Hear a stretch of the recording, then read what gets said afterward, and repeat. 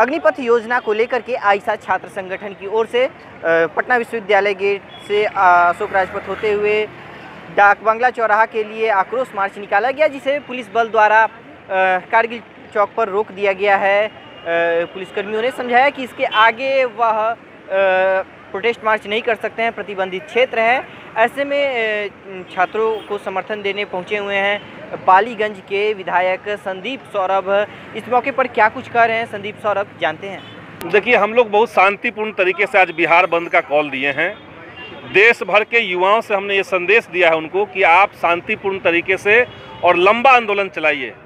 जिस तरीके का खतरनाक ये योजना सरकार का है अग्निपथ, जो न सिर्फ नौजवानों को बेरोजगार बनाएगी बल्कि देश की आंतरिक सुरक्षा को लेकर के ये खराब है, और जो युवा सरहद पर जाएंगे सेना में भर्ती होकर के, उनके लिए भी ये खतरनाक है। 6 महीने की ट्रेनिंग देकर के आप नौजवानों को कह रहे हैं कि उन लोगों के सामने खड़े हो जाओ जो 3-3 साल 4-4 साल की ट्रेनिंग लिए हुए हैं। तो ये तो संभव नहीं है, ये तो चल ही नहीं पाएगा। ये तो न सिर्फ नौजवानों के साथ खिलवाड़ है बल्कि देश की सुरक्षा के साथ, देश में सेना का जो अपना अस्मिता है, उसकी जो पहचान है, उसकी जो महानता है, उसके साथ भी एक भद्दा मजाक बीजेपी की सरकार कर रही है। और बिना सोचे समझे ये कानून लाया गया है। आप देखिए, कानून जब लाया गया उसके 2 दिन के भीतर इनको एज में रिलैक्सेशन दिया गया, वहाँ बदलाव करना पड़ा। अभी कल इन लोगों ने फिर से एक बदलाव किया है कि हम CIPF में और बाकी जो आसाम राइफल है इसमें 10% का इनको रिजर्वेशन देंगे, आरक्षण देंगे। तो आप योजना किस तरह का लाते हैं कि लाने के साथ आपको उसमें लगातार बदलाव करना पड़ रहा है। इसका सीधा मतलब है कि बीजेपी की सरकार न तो देश के नौजवानों के प्रति गंभीर है और न सेना को लेकर के संवेदनशील है। हम लोग का आज शांतिपूर्ण तरीके से बंद का आह्वान है। हम लोग चाहते हैं कि हमारा यहाँ से जत्था निकले और हम लोग डाक बंगला चौराहा जाएं, और जब शांतिपूर्ण तरीके से लोग मार्च निकाल रहे हैं उसको भी जब सरकार रोकेगी तो फिर क्या बचेगा देश के अंदर।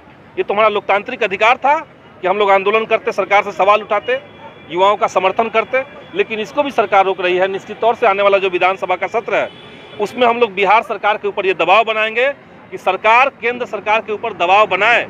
सरकार केंद्र सरकार को ये कहे कि बिहार के युवा, चूंकि यहाँ पे सबसे ज़्यादा लोग सेना की बहाली पर डिपेंडेंट है, सबसे ज़्यादा लोग जाना चाहते हैं, तो यहाँ के नौजवानों को देखते हुए बिहार सरकार जो है वो केंद्र सरकार के पास एक अनुशंसा करे कि ये अग्निपथ योजना जो है, जो पूरी तरीके से एक फर्जी, एक फेक तरीके का योजना है, इसको सरकार वापस ले और इसके बगैर आंदोलन रुकने वाला नहीं है। संदीप जी, ये जो ट्रेन चलाया गया, इतना कुछ उपद्रव हुआ, इसको आप किस रूप में देखिए, हम नहीं मानते हैं कि ये ठीक चीज़ है, लेकिन इसकी पूरी जो जवाबदेही है वो केंद्र सरकार की है।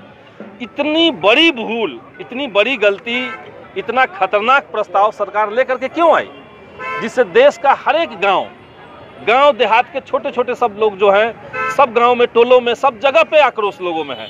जो सेना में जाने की तैयारी कर रहे थे उनके अंदर आक्रोश है। जो लोग जिनका जो बहाली है वो पेंडिंग पड़ा हुआ था, एयरफोर्स के 2 बैच का बहाली पेंडिंग पड़ा हुआ है, आर्मी का बहाली पेंडिंग पड़ा हुआ है। ये तमाम जो युवा हैं, इनको लग रहा है कि हमारे साथ इतना बड़ा छलावा कैसे हो सकता है। तो कहीं ना कहीं इसका आक्रोश लोगों में है। तब भी हम युवाओं से कह रहे हैं कि पूरा देश आपके साथ खड़ा है। आपको जरूरत इस बात की है कि इस आंदोलन को लंबा चलाना है और अहिंसक तरीके से, बिना तोड़फोड़ किए, बिना ट्रेन में आग लगाए, बिना किसी प्राइवेट या सरकारी संपत्ति को नुकसान पहुंचा चलाना चाहिए। ये हम बार बार नौजवानों से अपील भी कर रहे हैं।